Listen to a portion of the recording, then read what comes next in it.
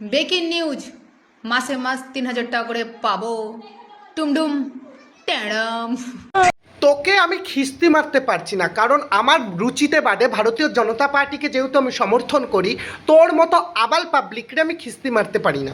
কারণ আমাদের দলের একটি সংস্কৃতি, আমাদের দলের মানুষের প্রতি কাজ, মানুষের প্রতি দায়িত্বশীলতা, সনাতন ধর্মের প্রতি ভালোবাসা, সনাতন ধর্মের প্রতি দায়িত্বশীলতা এবং প্রত্যেকটি সংখ্যালঘু ভাই বোনদের উপর দায়িত্বশীলতা পালন করে।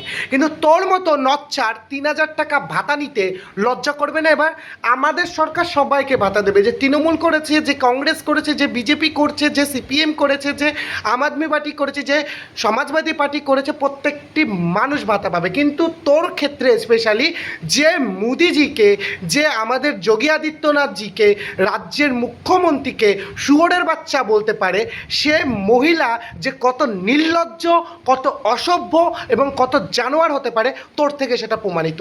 আমি কদিন আগে একটা ভিডিও পোস্ট করেছি তোকে নিয়ে, যে আমাদের দেশের প্রধানমন্ত্রীকে, উত্তরপ্রদেশের মুখ্যমন্ত্রীকে তুই শুয়োরের বাচ্চা বলছিস, স্বরাষ্ট্রমন্ত্রীকে গালি দিচ্ছিস।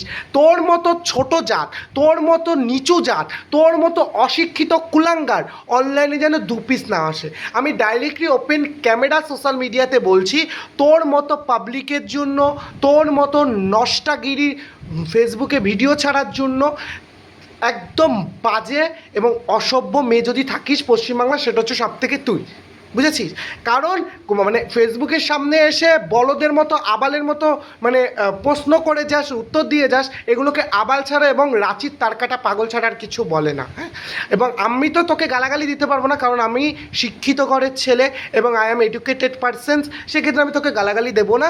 একটা কথাই বলবো, যখন ভাতার জন্য অ্যাপ্লাই করবি 3,000 টাকার ভাতা, ভাতা বলিস না, তোর দিদির ভাতা, আমরা ভাতা দিই না, আমরা সাহায্য করি, মানুষের, গরিব মানুষের পাশে থাকি, যাতে একটা মা বা একটা নারীরা বা একটা মেয়েরা তাদের পড়াশোনার কাজ বা বিভিন্ন সংসারের কাজ করতে পারে। তোদের দিদির মতো 1,500 টাকা ভাতা দিয়ে আমরা মুখ বন্ধ করি না।